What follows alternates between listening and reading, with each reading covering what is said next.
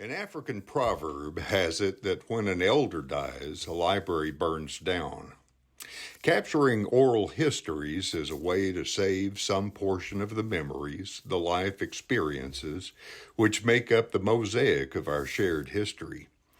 Hamilton County, Texas, was and is still in many ways an agricultural community. At the time of the Great Depression, keeping families fed and housed was the challenge for many households. Subsistence farming, along with the raising of some cash crops, was common. The 1930s was locally a time before many technologies were available, especially to rural households. Many homes were lit by kerosene lamps. Family meals were cooked on wood ranges in homes heated by fireplaces and wood stoves. Horses and mules still played a prominent role in transportation and farm work. For some, these were hard scrabble times. It was also a time of close-knit families and communities. In the following video, Iberia Upton from the community of Blue Ridge and Garland Anglin, who grew up around Shive, share stories of growing up in the midst of the Depression. The Hamilton County Historical Commission greatly appreciates their sharing stories and sharing their time to record this important part of county history. How many children in the family? There was 3. I was the baby. Okay. Spoiled brat. You're not supposed to ask a lady how old they are, but what year were you born? 1932. Do you know what your earliest memory of being on the farm is? Pardon? What's your earliest memory of being on the farm? I can remember things almost, I'd say, maybe to nearly back to close to 2 years old. Okay. And so you remember working the farm with the Oh, team, yeah. your dad working it with the team? Oh yeah, I worked like a man. Okay. I was just another hand, you know. And then the men took a nap at noon, and I had to help Mama in the kitchen after I'd worked in the field. But anyway, that's okay. Do you remember the name of the team? The team? Uh-huh. The mules? What were the mules' names? Yo and haul, I don't know. Go and stop. Go and stop. But they were our tractor. You Yes. know, we didn't have a tractor for a long time, and the fields were planted by these plows like you see, and planters and plows like you see in people's yards now. Mm-hmm. That's the way it was planted, with mules, and then it was harvested with mules. And do you remember when the first tractor showed up? Oh yeah, we had to park it on the hill because sometimes there wasn't much battery, so we could push it off, you know, Oh. get it started. Do you know what year that was, Iberia, or how old you were? Well, I was probably about 9 or 10 years old before we had a tractor. And that changed everything? Oh yeah. My grandfather, he used to tell me that he farmed the same way that they did when Jesus walked the earth until the war came. And what you're telling me reflects that y'all had a team and a man push plow until the war came. Oh, yeah. And then the tractors came after that, right? Yeah. Well, I guess even though wars are terrible, I guess things were a little more progressive. Mm-hmm. And I remember our neighbor had one. Mm-hmm. And I can remember something that you hear an expression about, like cooking for a thrasher. Mm-hmm. When I was about 5 years old, the thrasher came to our farm. And I thought it was like a circus. You know, there's all these men working and all these horses and wagons, and then the big farmer owned the equipment. Mm-hmm. He would do his place, and then he'd go to these little farms like we were and do theirs, you know. And I remember they had a great big haystack. And I remember sitting on the edge of that haystack and thinking, how would you ever find a needle in this thing? And so would the ladies cook and the men eat out in the field during the day? They had a cook shack with us that was a wagon. Mm-hmm. And there was a woman in there with 2 or 3 other women cooking, feeding, and it was like I was saying, it was like a circus. I bet. And so did your dad participate in any of the soil conservation programs? He did. It didn't get started till he was quite up in age. He used it for mesquite and stuff like that. Mhm. That was about all. But, yeah, it was a good program. And the terraces, I remember when they built the terraces. Uh-huh. And they were still building them, and you could go somebody neighbor, and here they'd have the equipment, and they're building the terrace, and they're still there. They The are still terraces there. were well built. Mhm. And so you remember those terraces going in on y'all's place? Did your dad put them in? Yeah, and my mama, even though the terrace was a little way from the house, she planted her garden on the terrace because it was topsoil. Mm-hmm. They controlled erosion and stuff like this with the equipment, and then they put all these terraces in, and it controls a lot of things. So you brought with you some notes today. I did. What do you have to tell us? Oh, I could tell more, but Please. Well, what's in your notes? We'd like to know what was important. okay, I'm gonna read it. Okay, that'd be great. There was no electricity, running water in the house, no bathroom. There was a chamber for night use, a hill to go over for privacy, a well with a bucket that drew water to carry to the house. A number 2 tub was heated on a wood stove for family baths. The thrasher, a farmer with harvesting equipment, would harvest neighbors' crops after his own, while employing local men and boys for labor. There were many horses, a cook wagon with women inside it cooking and serving the thrashing crew. To a 5-year-old girl, it was like a circus. There was a big haystack. That's what I was saying. I remember thinking about the needle. One little stove provided heat for our little house. Just dress warmly and stay as close to the stove as possible. Sometimes a rock or flat iron was heated and placed at the children's feet to keep them warm to sleep at night. Meals were cooked on a wood cook stove with a wood box beside it. Scraps from cooking and meals were saved to feed the hogs, which was killed and dressed on a cold day in winter. The hams were put in a smokehouse with salt and preservatives.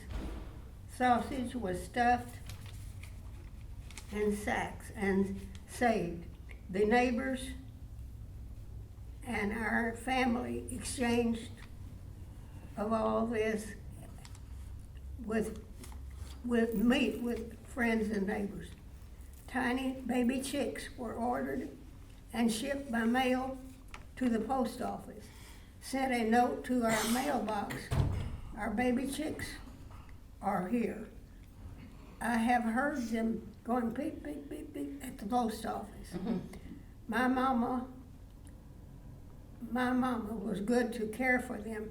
If she lost even one, she was sick about it. They were put in a little chicken house before night and put on a roost in a pen that was protect for them from predators. If one got off the roost, they all got down. You did this until they stayed. I saw the way you kill a chicken for dinner by wringing its neck. The garden was planted in the field was because of topsoil created by the terraces. When this was where there was topsoil from the fields made using machines to control erosion and field improvement. Corn was the most usual crop. We ate corn, the stock ate corn, we canned corn, cornbread and milk was always supper. Cows were milked every day. Hobbles were placed on the cows ankles so they couldn't hurt you if they kicked at flies. Before electricity, we had an ice box that held ice. It was delivered by an iceman or later picked up at Ice House when you went to town about once a week. For staples, my dad usually picked up groceries on his way home from work. In later Depression, when there were improving a little, he had a job as a guard at Fort Hood after it was built, and was once a guard at Fort Bowie at Brownwood. In the Depression, he worked for the Highway Department when they built Highway 84 through the event. This was a great help to the family. He bought a large frame for a vehicle. He put a dump bed on it to use in his highway job in the summer. Then he put a school bus with wooden seats in the winter to take the kids to school with his contract with Event School. These jobs helped the family income a lot. We lived much the same as always because our parents tried hard to provide. My brother and I worked in the fields. Not being a boy didn't allow you to be lazy. We had a pair of mules. My dad and brothers planted the fields with implements from horse-drawn plows. We had 2 mules we attached to these. They were harnessed to work. To harvest the corn, mules pulled a wagon, and my brother drove the mules to the barn as we gathered the corn. At first, I missed the wagon. I would have to go back and put the corn in again. I learned to hit that wagon. We worked hoeing in the fields and the gardens. In the summer, most of the time, barefooted, but we always got a new pair of schools when school started each year. I didn't pick cotton but once or twice. I think it must be the hardest work ever created. You crawl on your knees until you have to get off them. Then you stand up and gather. Then you feel your back must be broken. And then at the end of the day, as hard as I worked, I only had 97 pounds. I was really trying to get 100. I couldn't believe it. My brother was weighing the cotton. I think he must have cheated me, but he probably didn't. Growing up, there wasn't many extra ways to make money. My mom and I picked up every native pecan we could find for 2 cents a pound. Then go back later, the same place, in case the wind had blown some more down. We brought all these stuff. We bought all sorts of things for our house. New bedspreads, new linoleum, and occasional piece of used furniture. My dad had sheep in the pasture. He sheared and sold the wool. He lost a few. My mom went with me, showed me how to pull the wool. That's dead wool. They were pretty ripe before it would pull good. After I pulled it, it was my very own money. But she taught me it didn't matter if it was dirty or smelly. If it was honest, just do it. During the Depression, large families moved to California for employment. But when things got a little bit better, they moved back to Texas. That's good, Ibira. That's good information. Thank you, Ibira. That's very helpful. That's the way it was. Yeah. So Dad, what year do you think your earliest memory of being on the farm in Hamilton was? When I was 2 years old. So that would have been 39 or Yeah. 40? And what was that? Going to Stormfield. Okay. And Went to so, Stormfield every night. Didn't have anything else to do. and where in the county was that? About 2.5 miles south of where the airport is now, Okay. on the Blanchett place. And what sort of crops were y'all growing? Corn and cotton. And did you pick both? Oh, yeah. And so when you were picking corn, were you throwing it in a wagon like Iberia described? Horse-drawn wagon. Okay. And so the horse-drawn wagon, the horses were used until when? Dad got a tractor in 39, I guess, Okay. maybe 40. And when that happened, he was to tractor only then? Yes.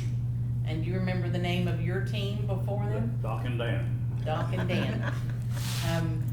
Down at the Chesley building, there's a historical marker with the team that pulled the rock down there, and the name of the mules is on that marker. So I figured everybody remembers the names of their mules, so Doc and Dan. Where is that marker?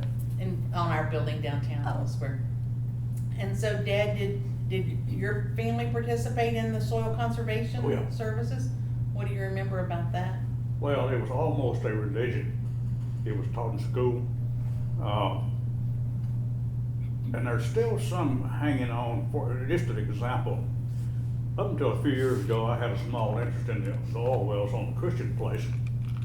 I tried to avoid driving in there when it was muddy, but sometimes you just have to do it. Well, the landowner would come along later out in the county road and throw the mud that I tracked out of his field back across the fence.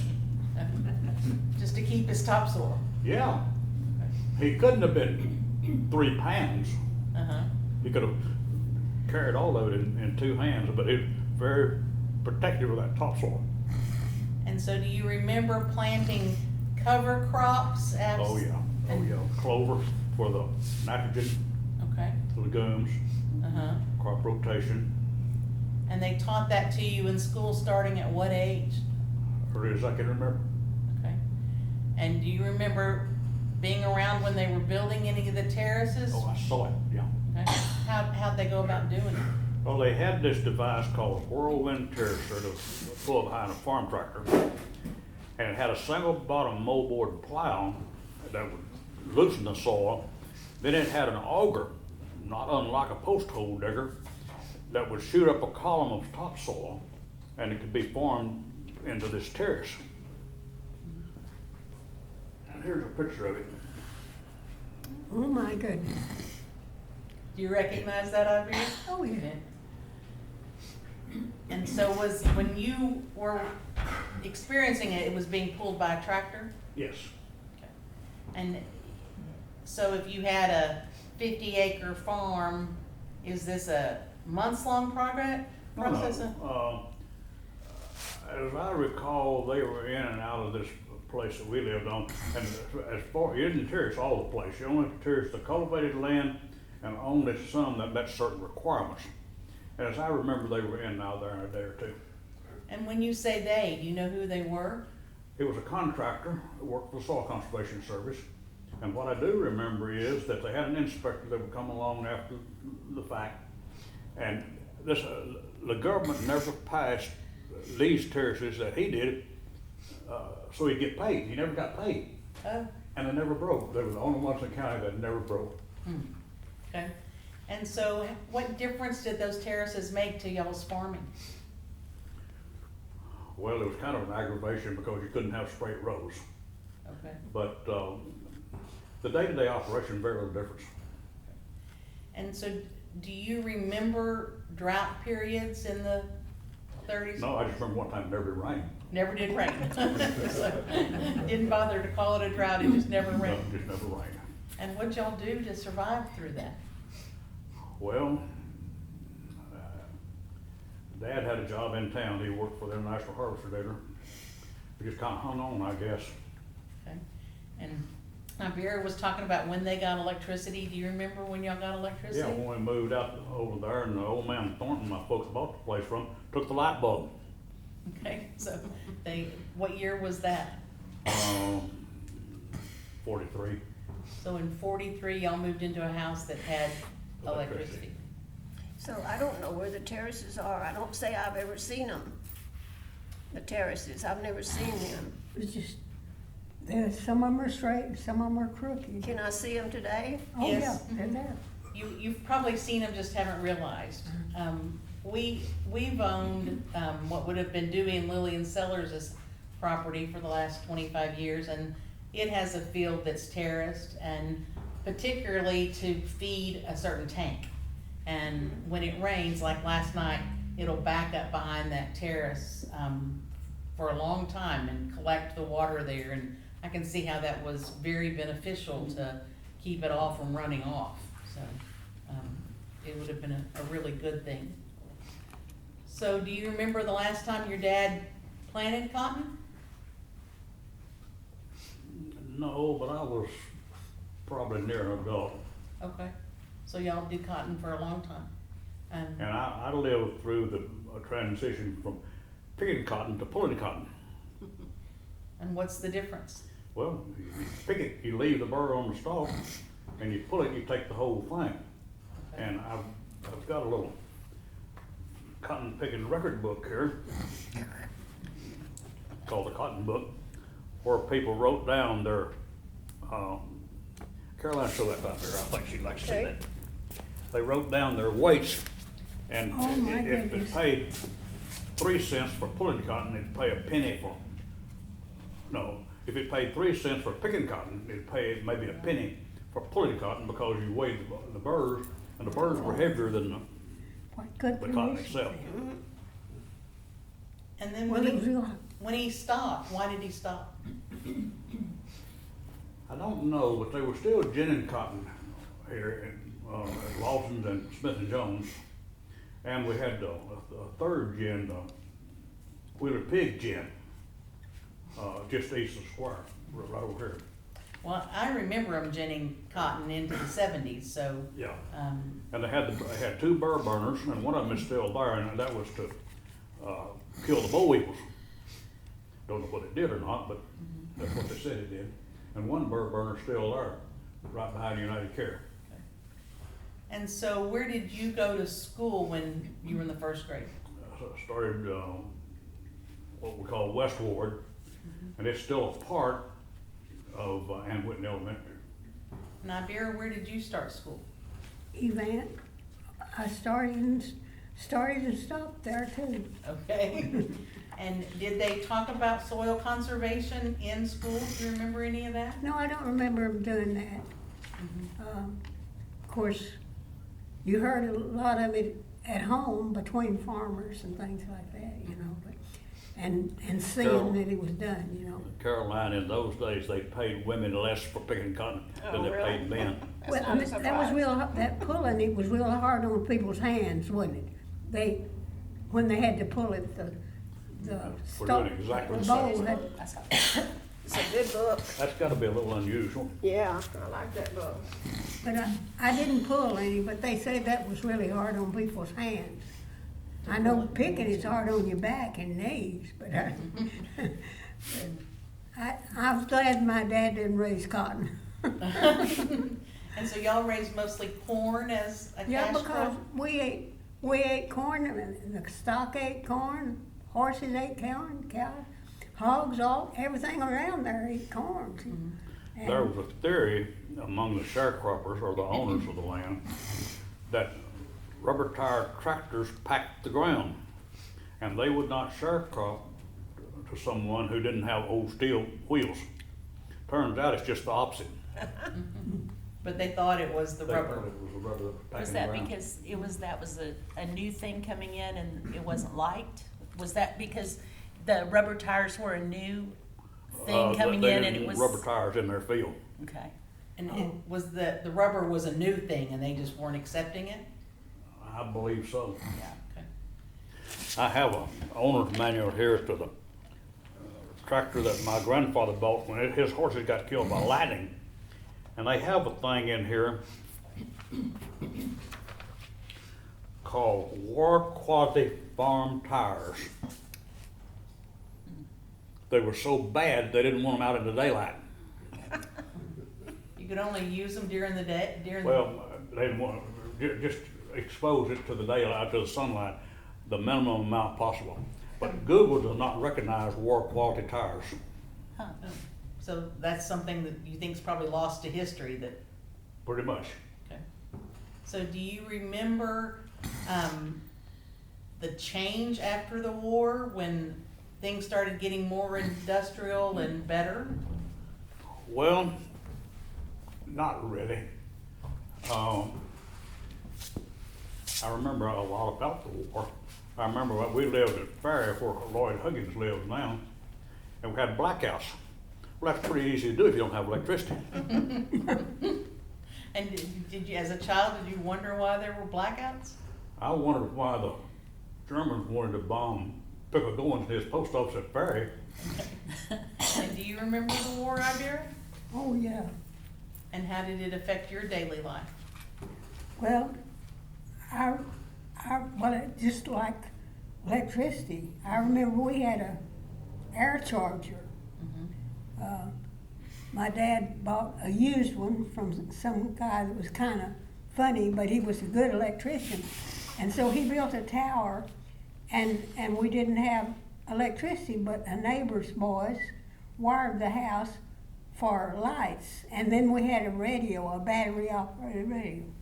And we had that before I remember the first going to the opening day of the building at the REA, and the building looks just like it did that opening day. They haven't changed anything. They haven't changed much, have they? Yeah. Now, we had a neighbor that had an electric system. I think they called it a Delco. And it had batteries buried in the ground and had a little windmill thing on the roof. That would charged that battery and, keep them charged. yeah. And is that what you had, Yeah, Iberia? we had an air charger, yeah.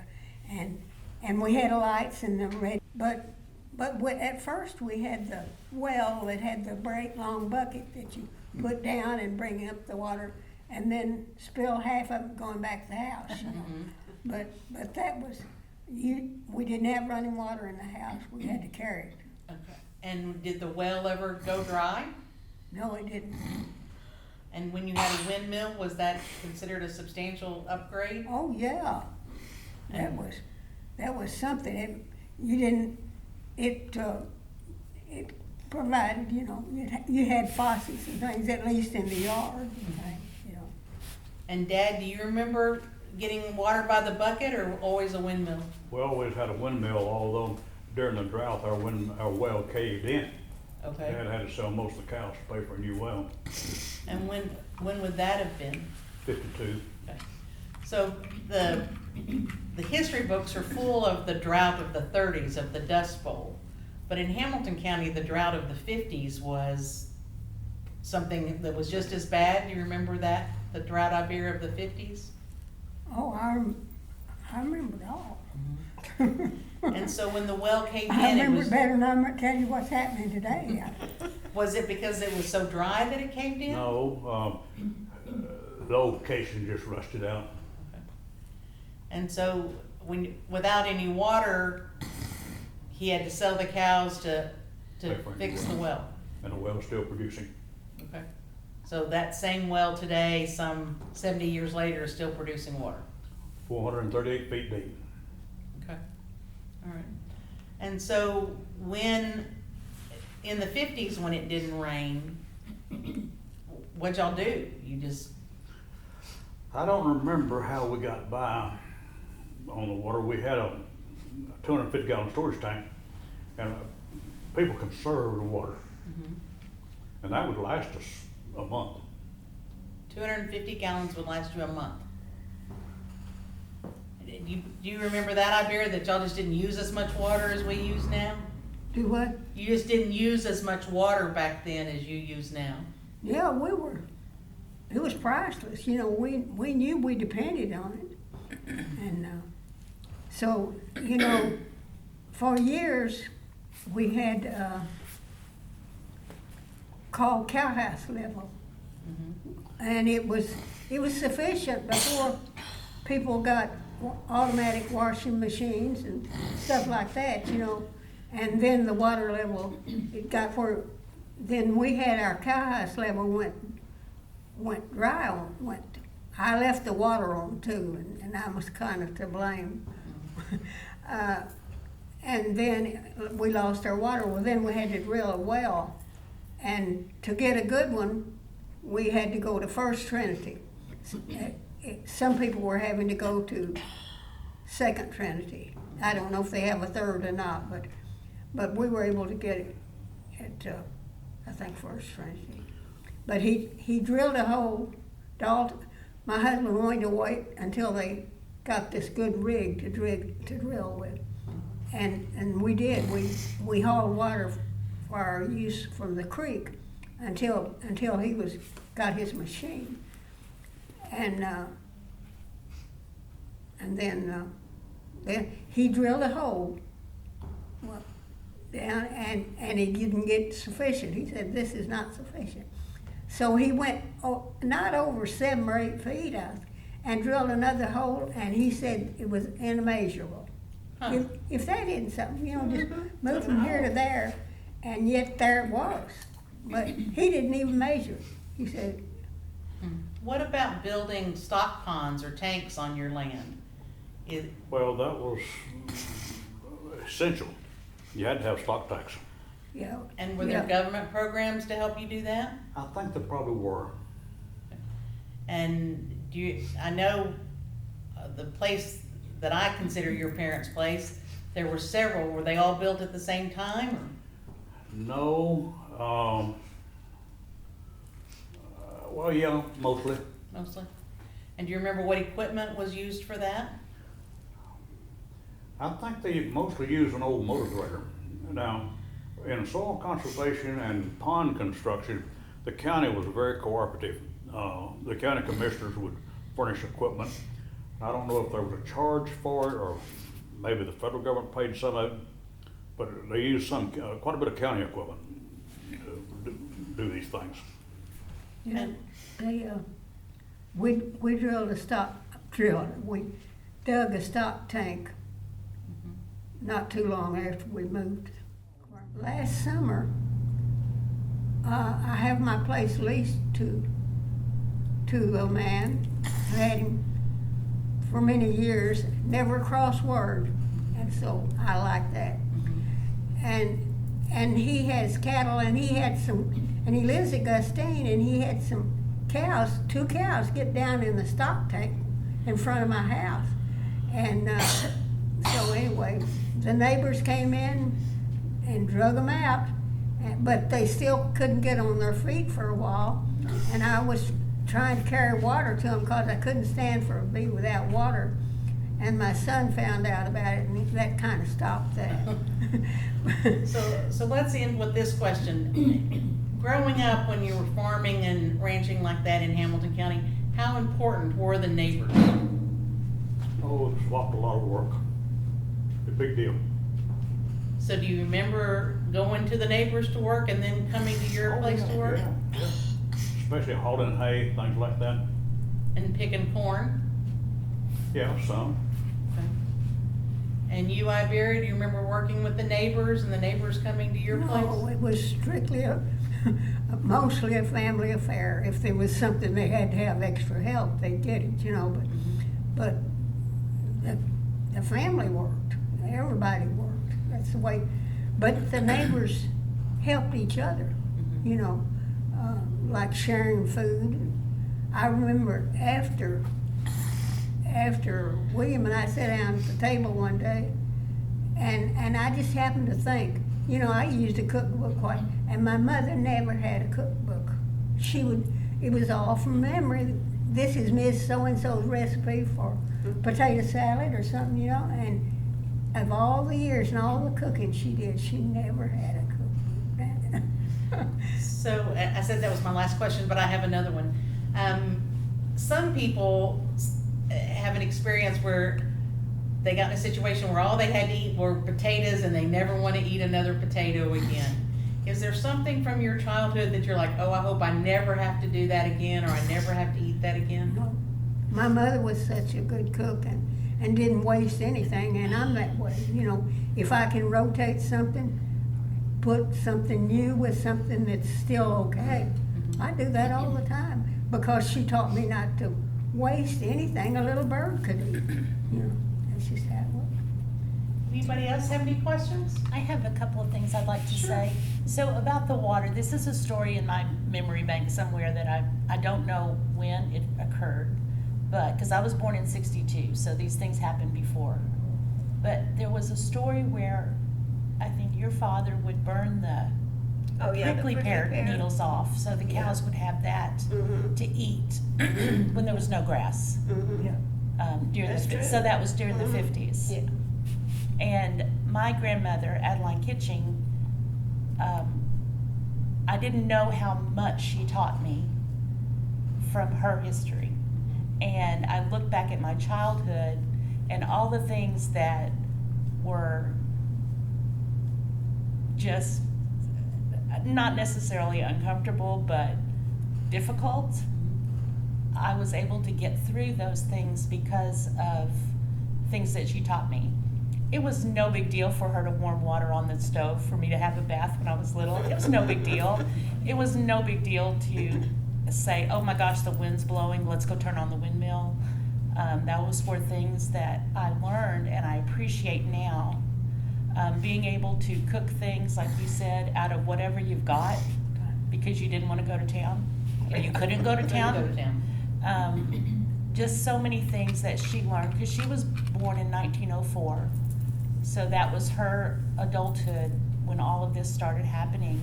And the things that she brought that with her through that she gave to me are very treasured because I learned so much that I didn't know I was learning. You know, how to kill a chicken, how to can stuff, how to repurpose things, all of those things that she was able to gift me through just knowledge. That's Very, sweet. very, very appreciative now because as my mother knows, I can cook just about anything out of anything. So, yeah, just open the cupboard and you can find something to cook. One of the things that I remember is when we would thrash the oats or wheat, the tractor they used to power that old thrasher would have a long belt going to the machine. And I asked my dad about that, and he said, well, that gives more horsepower. Well, I knew that wasn't accurate. But anyhow, come to find out, before tractors, they were powered with a steam engine. And you couldn't drive the horses with the bundles up there that close to that noisy steam engine. And that's the reason for the long belt, and it makes sense.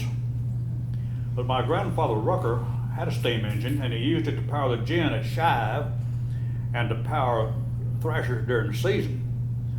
But he bought that thing in St. Louis and had it shipped by rail to Dallas. One winter he walked beside it and chopped wood and drove to Shive. And I've got a picture of him in it.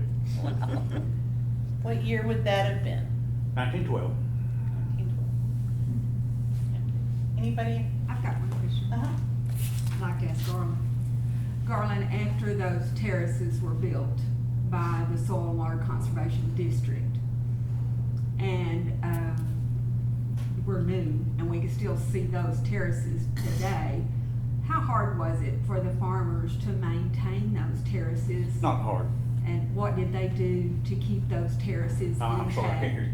I'll have to ask Nancy. So what did they do to keep the terraces maintained and intact?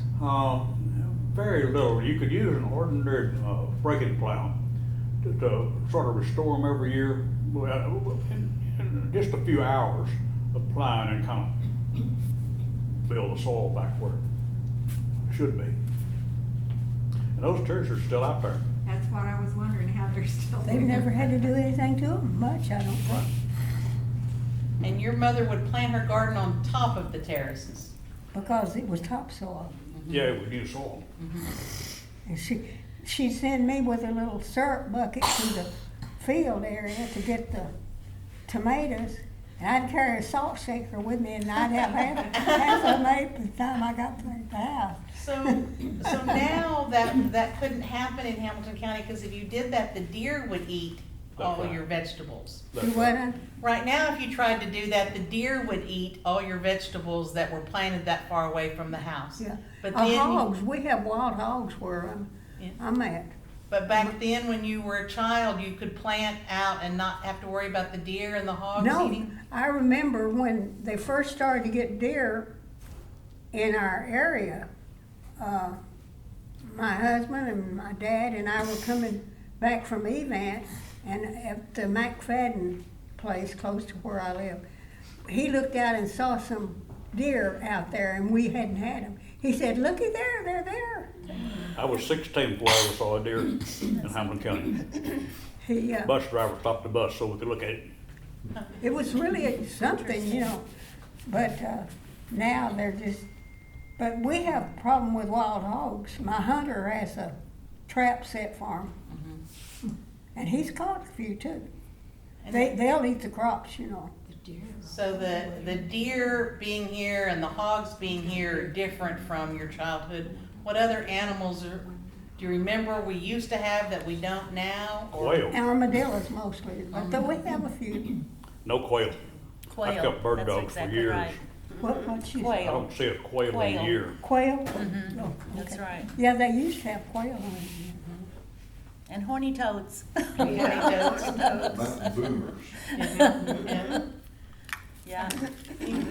What about, did you ever see a porcupine? Do it. Porcupine? Did you They're- see a they're porcupine? Only after I was an adult. Yeah. I've seen them. They're around. rare. They're I saw one at snake Jonesboro a long time ago. And of course, there were no wild turkeys. Yeah.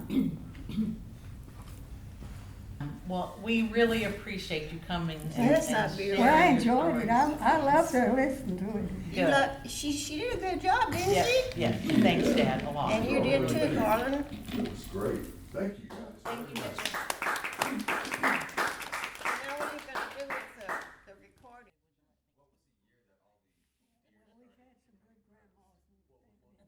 When do you think deer became prevalent? They brought them in here from the hill country in the drought of the 50s by the big truckload and turned them loose. And that would have been probably 54, maybe 55. And that's about the time the small farmers left to make a living and just in fact gave it to the deer. And boy, did they take hold. Man, what about the wild turkeys? Well, they're on their own. Yep. You can't help them and you can't hurt them. So the story I know about that, Mitchell, and I don't know it firsthand, but I've seen it, is that down west of Evant on the Lampasas River is the old Manning place, DJ Manning's parents. And DJ's father built a handmade high fence. Took some fencing and tied it together and made a high fence and went to Mexico and gathered up some deer and brought them back and put them in that high fence. And all of my life, and I think you can verify this, the deer around Vista Mountain have been bigger. Yes. And that's because he brought in some mule deer and had them in that high fence, and they got out and populated with the whitetail. And Vista Mountain has different deer than the rest of Hamilton County. But they have migrated throughout the county, but Mr. Manning brought in some mule deer. That's too cool. Didn't someone bring in donkeys too? Weren't they, at one time? I read somewhere that they went to Mexico and got a bunch of donkeys and brought them over, but I don't know. I don't know that I story. don't know. There's still some of the wild ones out. My father told the story that back in the 30s, they ate everything. Yes. Any kind of little critter out there, and that as he was growing up, he'd be 102 today, or this year, that when he was growing up, there wasn't any wildlife. And as a matter of fact, I saw in looking at newspaper articles, there was a reference, a little story about someone in Stephenville, and the title of the newspaper story said, "You think there's no wildlife in Erath County? Someone saw a bobcat." Bobcat? bobcat. Well, I remember we had a house cat Yeah. that had some kittens, Mhm. and those kittens were different. You couldn't get close to them. Yeah. So she was crossed with a bobcat. And another thing, my father and his friend, Johnny Boyd, that they grew up not far down the road from you, that back in the 30s, that's what they did was to pull dead wool off sheep in order to make a little spending money. And Johnny, he said, would turn and throw up and then just keep going. Mitchell, Dad will tell a story, when you were a teenager and y'all were out bird hunting, y'all would, make sure you got the BBs back out of the bird so you could use them again, right? That's thrifty. You couldn't get BBs. I mean, that's thrifty, isn't it? And they, Take a bird apart and get your BB back. Did any of you folks, did you families raise turkeys? Yes, Yeah, my dad's family raised turkeys. I have dressed wild turkeys. I've dressed tame turkeys Uh-huh.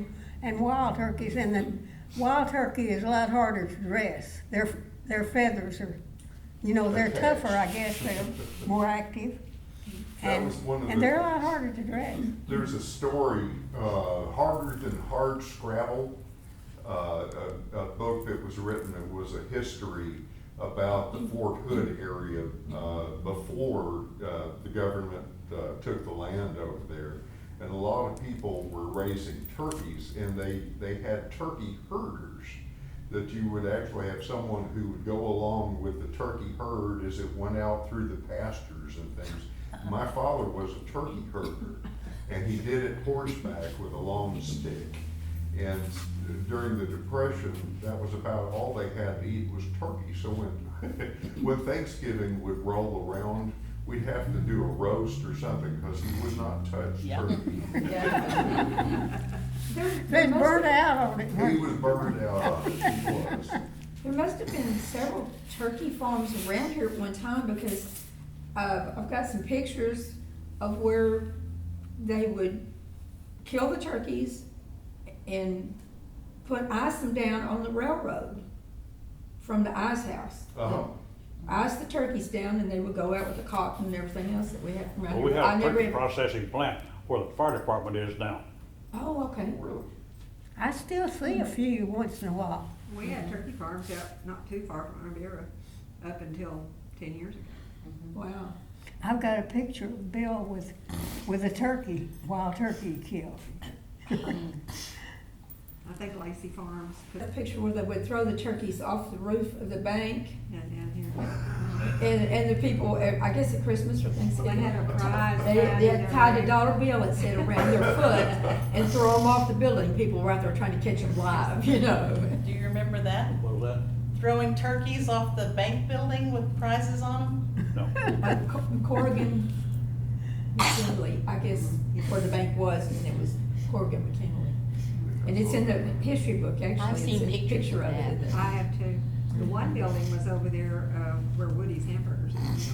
There was a building there that they were throwing. That's the turkeys one I'm off. talking about, Corrigan McKinley. them? So, Mother didn't grow up here in Hamilton County, and when I was a teenager, she was telling some story like we are today, and I said, Mom, how are you telling that story? You didn't live here then. And she turned to me and she said, well, I damn sure paid attention. And so now here I am telling stories that happened, like Mr. Manning's deer, I just paid attention. That's awesome. Very cool.